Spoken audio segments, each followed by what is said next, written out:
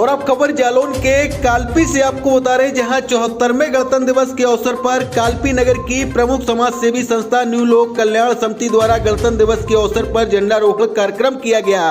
इसमें राष्ट्रगान व सैल्यूट द्वारा तिरंगे झंडे को सलामी दी गई। इस कार्यक्रम के मुख्य अतिथि के रूप में श्री छोटेलाल विश्वकर्मा जी उपस्थित हुए।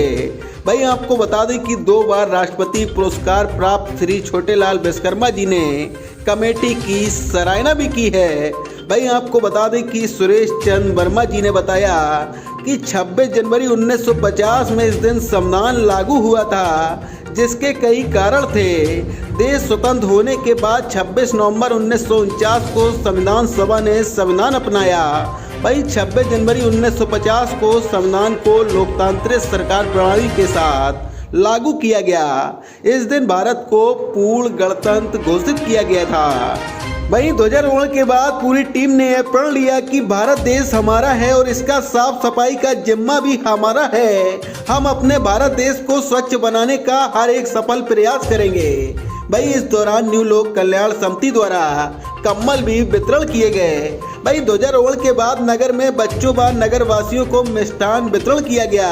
साथ ही इस कार्यक्रम में उपस्थित हुए संस्था के अध्यक्ष सुरेश चंद्र वर्मा, रोहित सिंह चौहान और टीम एडमिन ब्रजेंद्र कुमार, उप सचिव मोहम्मद इमरान, उप कोषाध्यक्ष मोहम्मद साइनूर और गुलफाम अहमद, मोहम्मद जुनेद मंसूरी साहिबे और आलम मीडिया प्रभारी फहीम खान आदि लोग उपस्थित रहे हैं। ये गणतंत्र दिवस के शुभ अवसर पर मैं सभी ज्ञात अज्ञात अपने स्वतंत्रता से संग्राम सेनानियों को, शहीदों को श्रद्धांजलि अर्पित करता हूँ।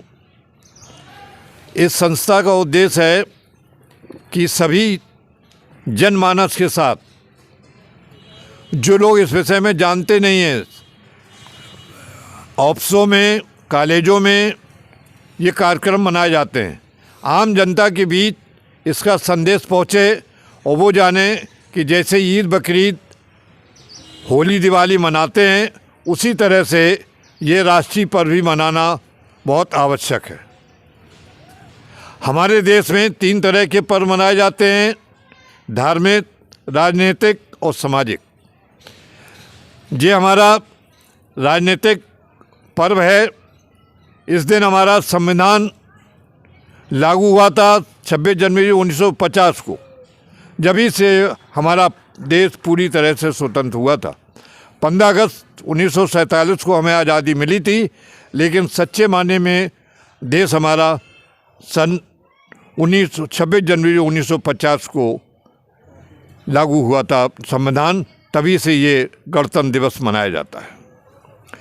गणतंत्र दिवस सभी हमारे जो देश अनेक राज्यों में विभाजित है, लेकिन शक्तियाँ हमारे केंद्र के पास निहित हैं।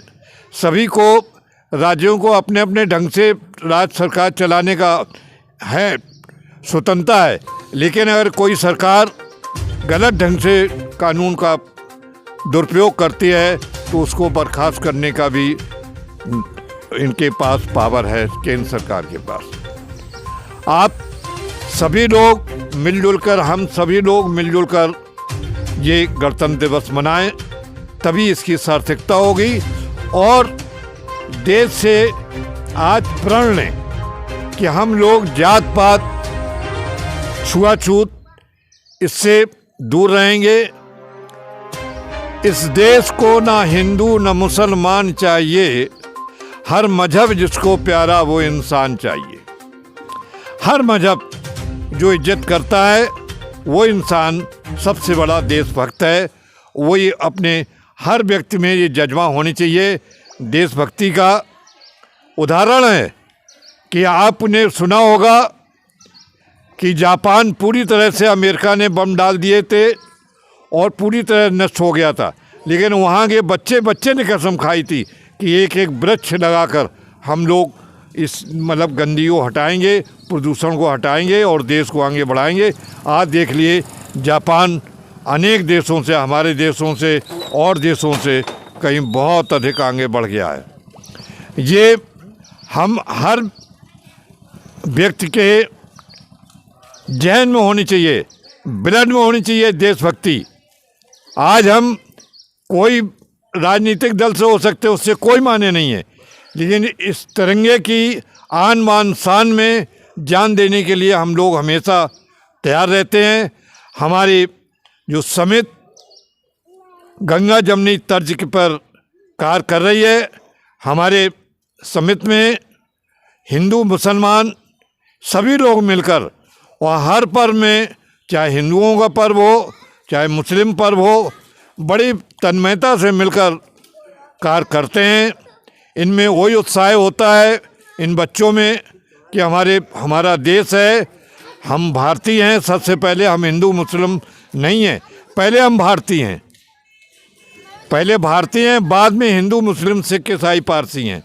लेकिन जब एक बगिया में तमाम तरह के फूल लगे रहते हैं, लेकिन वो बगिया एक होती है और उसका माली रखवाला होता है।